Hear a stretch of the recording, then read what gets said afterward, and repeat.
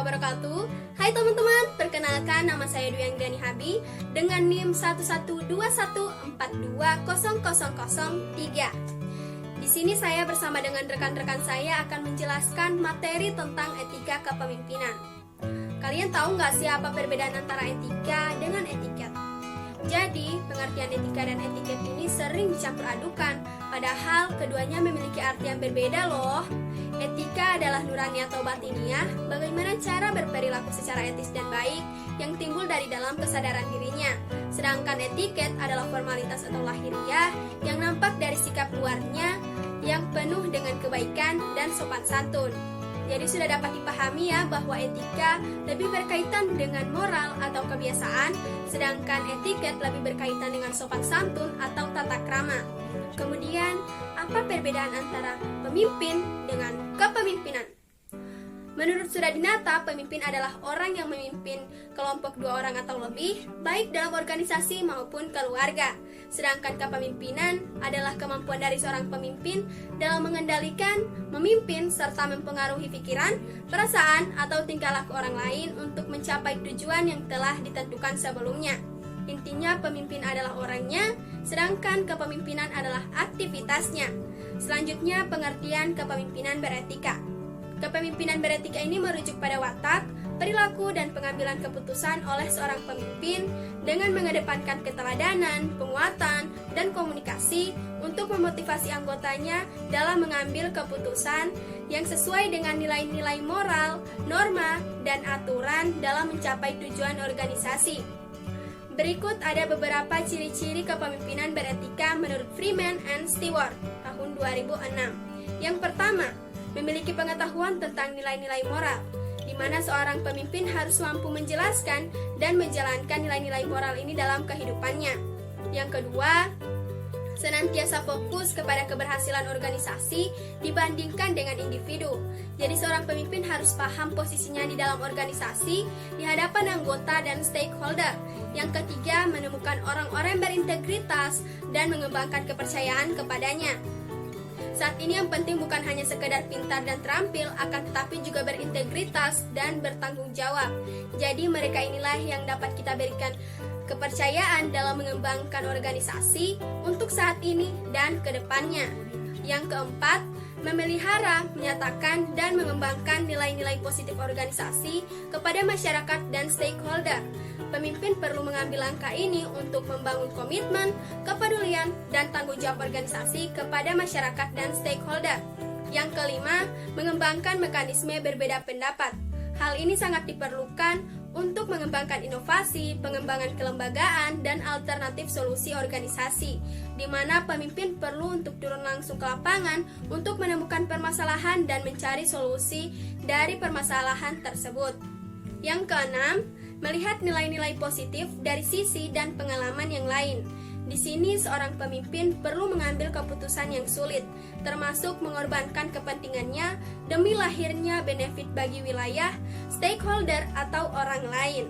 Sekian dari saya, materi selanjutnya akan disampaikan oleh rekan saya. Terima kasih.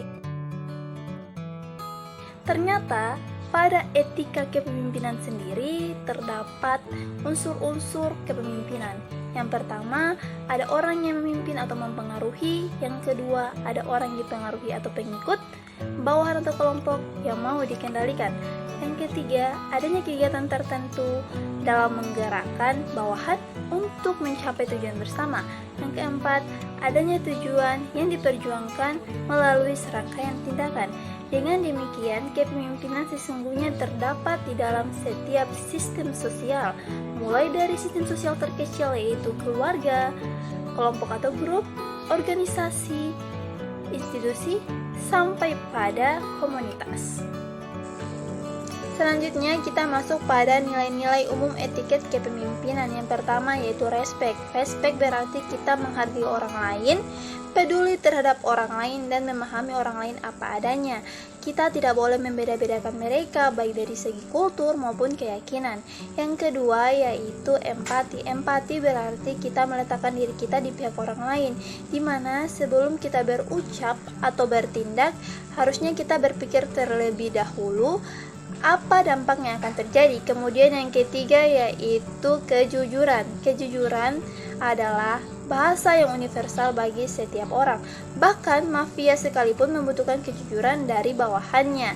Kejujuran dapat diterima dimanapun kita berada. Namun, kejujuran juga menilai aspek dari segi situasi dan kondisinya. Selanjutnya kita masuk pada contoh etiket dan penerapannya yang berlaku di masyarakat umum Indonesia. Yang pertama, mengucapkan salam ketika masuk rumah. Yang kedua, makan dengan tangan kanan. Yang ketiga, makan sambil menaruh kaki di atas meja dianggap melarang etiket apabila dilakukan bersama orang lain. Yang keempat, makan tidak boleh sambil bercakap atau bersendawa. Selanjutnya kita masuk pada contoh etika dan penerapannya di masyarakat. Yang pertama yaitu mengembalikan barang milik orang lain yang kita pinjam. Yang kedua, tidak boleh membuang sampah sembarangan. Yang ketiga, menghormati orang yang lebih tua. Dan yang keempat, bersikap jujur dalam kehidupan sehari-hari. Terima kasih. Di sini saya akan menjelaskan tentang saran-saran untuk perilaku secara etik dan urgensi etika kepemimpinan.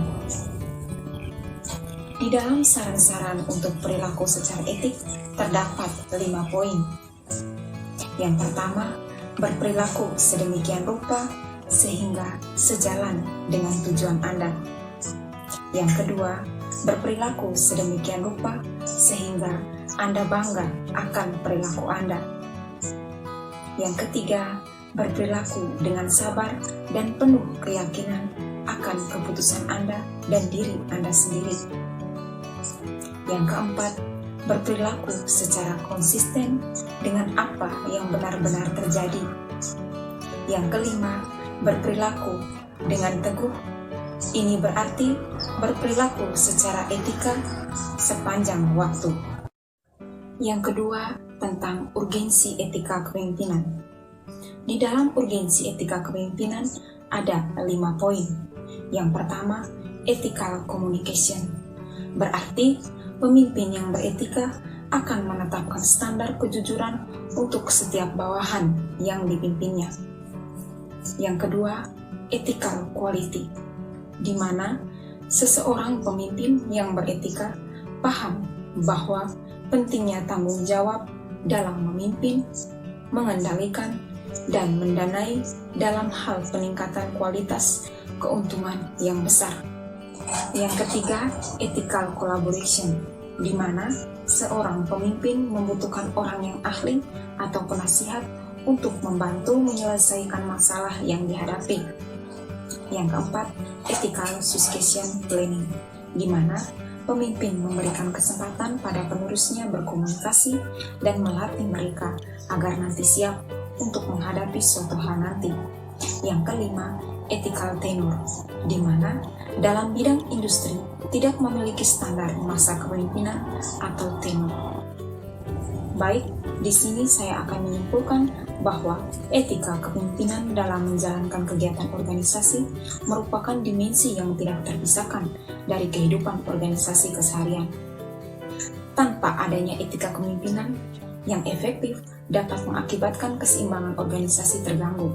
Dengan ini, etika kepemimpinan sangatlah penting bagi sebuah organisasi untuk melancarkan segala kesuksesan untuk mencapai tujuan organisasi. Demikian presentasi dari kami.